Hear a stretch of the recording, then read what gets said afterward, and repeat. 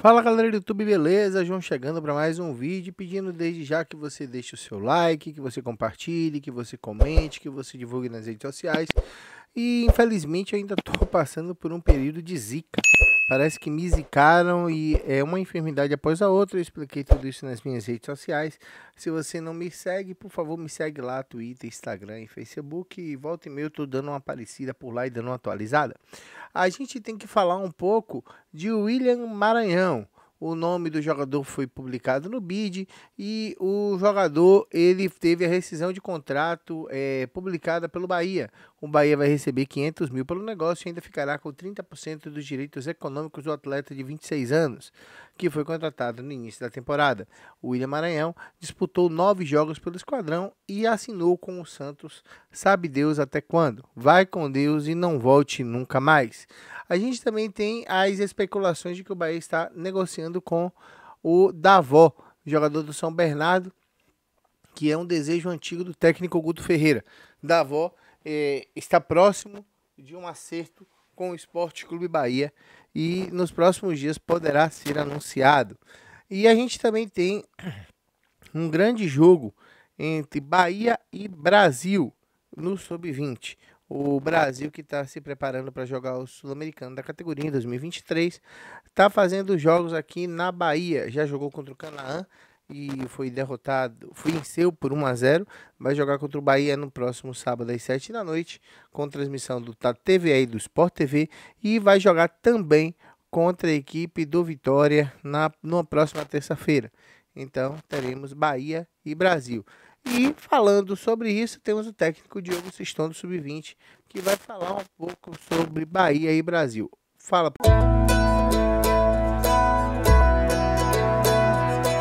Entrevista com o Diogo Siston, técnico da equipe Sub-20 do Bahia. Diogo, primeiro queria que você falasse um pouco sobre essa expectativa, né, para um amistoso contra a seleção brasileira, um fato até inusitado, né, um clube enfrentando a seleção brasileira, a seleção visando uma preparação para um sul-americano que acontece no ano que vem, e o Bahia visando a preparação para essa temporada 2022 com o calendário cheio. Fala um pouquinho sobre esse amistoso do próximo sábado. Sim, realmente como você falou, é uma situação muito comum, até acontece, mas é uma situação muito comum. Eu, como treinador, ainda não tinha vivido, mas vai ser importante até porque a gente tem jogadores na seleção de muita qualidade, inclusive tem um jogador nosso de qualidade, e a gente quer saber em que nível que nós estamos, a nível principalmente organizacional, né, de como a gente vai estar defendendo, como a gente vai atacar, os nossos processos ofensivos e defensivos vão ser importantes para o restante da temporada, né? Nós fizemos já alguns jogos treinos, mas realmente o nível da seleção a gente aumenta um pouco esse patamar.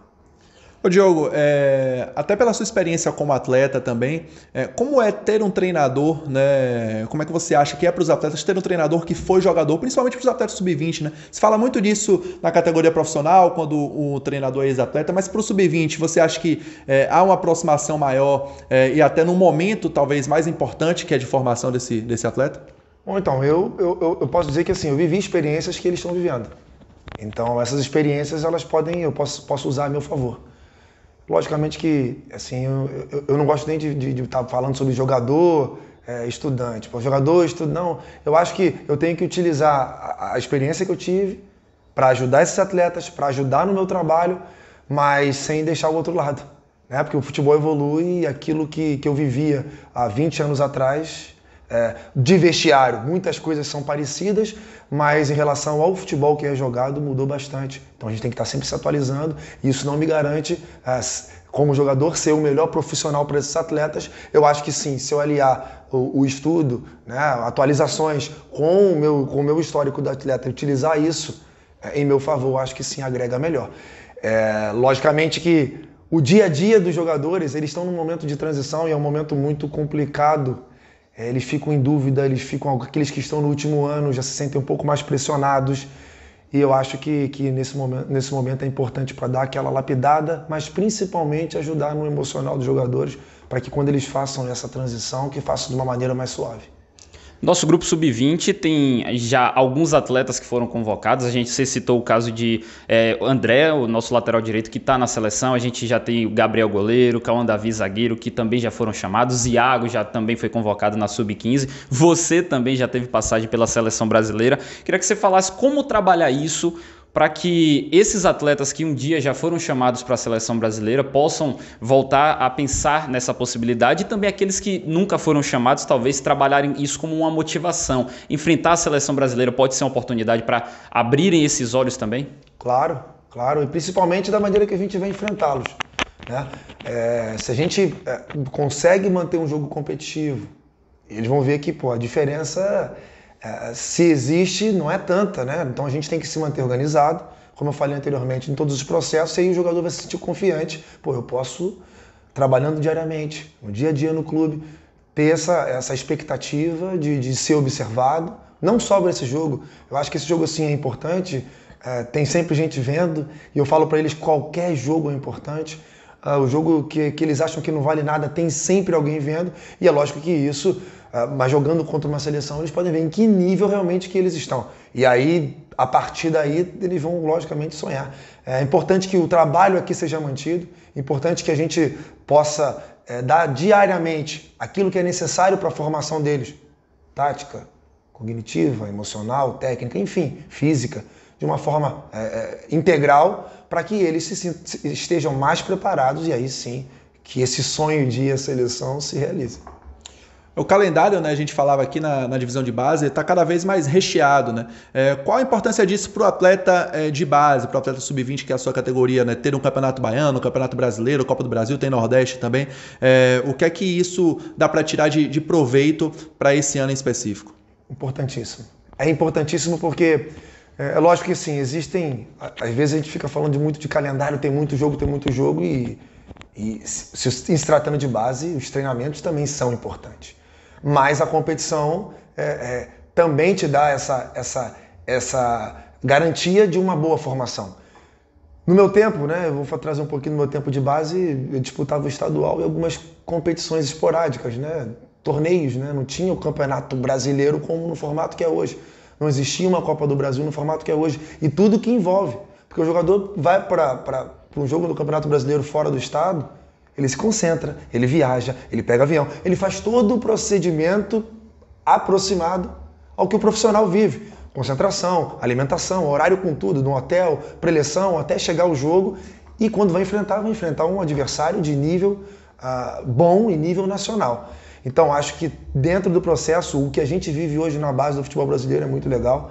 E eu acho que isso te dá uma bagagem maior, né? Uma bagagem para os jogadores e também para a comissão, para aquilo que vem para o futuro.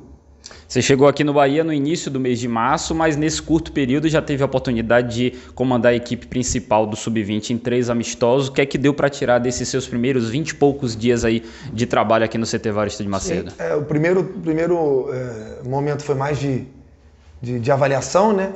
De um feedback, para eu ter esse feedback e saber o que eu vejo na equipe e nos jogadores. Eu gosto também de falar de trabalhar a individualidade do jogador, porque na verdade o jogador, quando sobe profissional, ele sobe sozinho.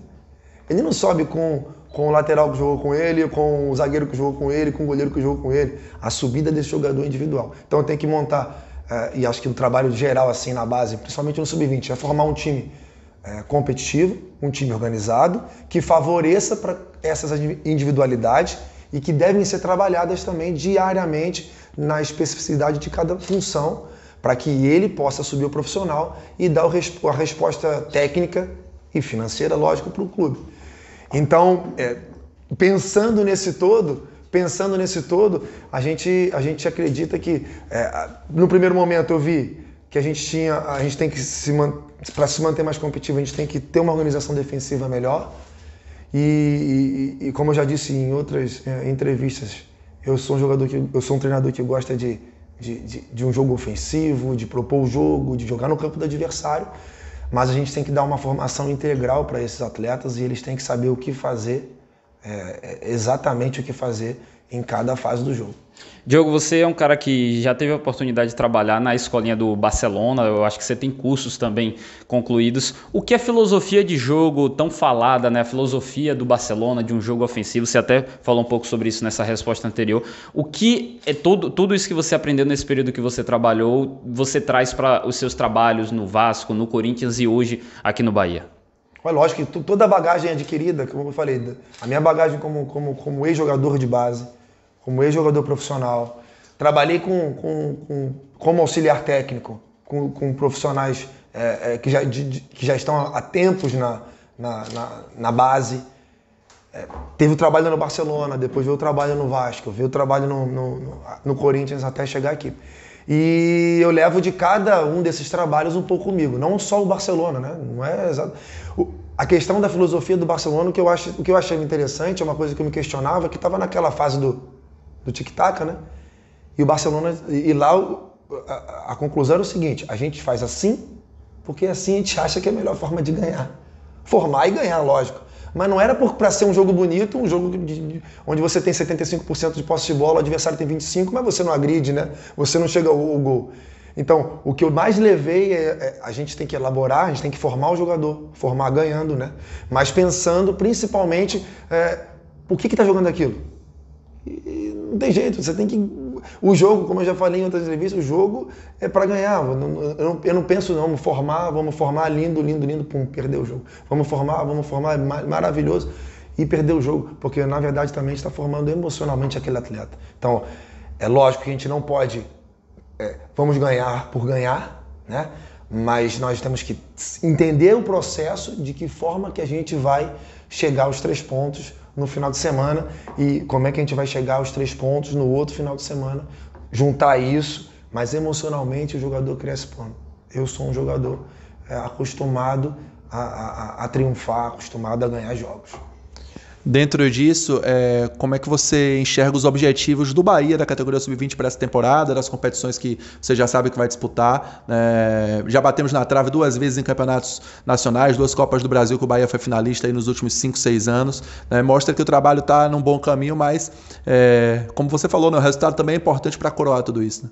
Claro, assim, existe um mix, né? Existe tem que ter, tem que ter um equilíbrio, vamos dizer assim.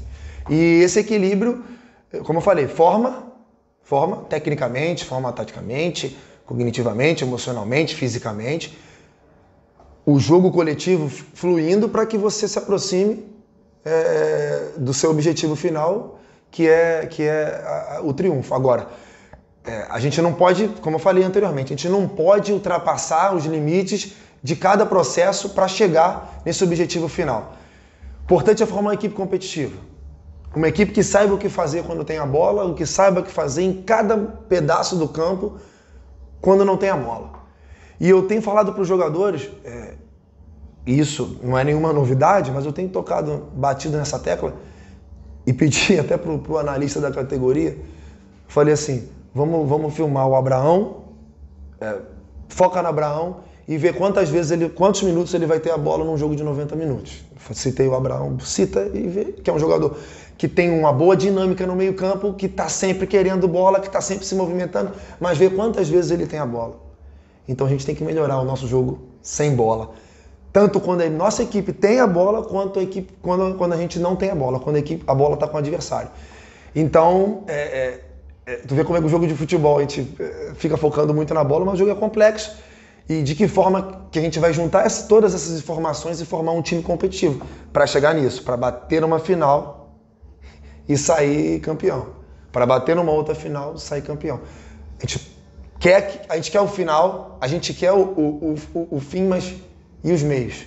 A gente tem que sempre se preocupar com os meios, que eu acredito que os meios a gente vai estar mais próximo de atingir o final. Para finalizar, Diogo, queria que você falasse sobre os atletas que estavam aqui treinando com a equipe profissional, né? Gabriel, William Quadrado, Pedro Borges também zagueiro. A importância de ter atletas como esse voltando aí para esse processo do Sub-20, para dar uma encorpada talvez. O que é que você acha que esses atletas levam de bagagem para esses treinamentos com a equipe Sub-20?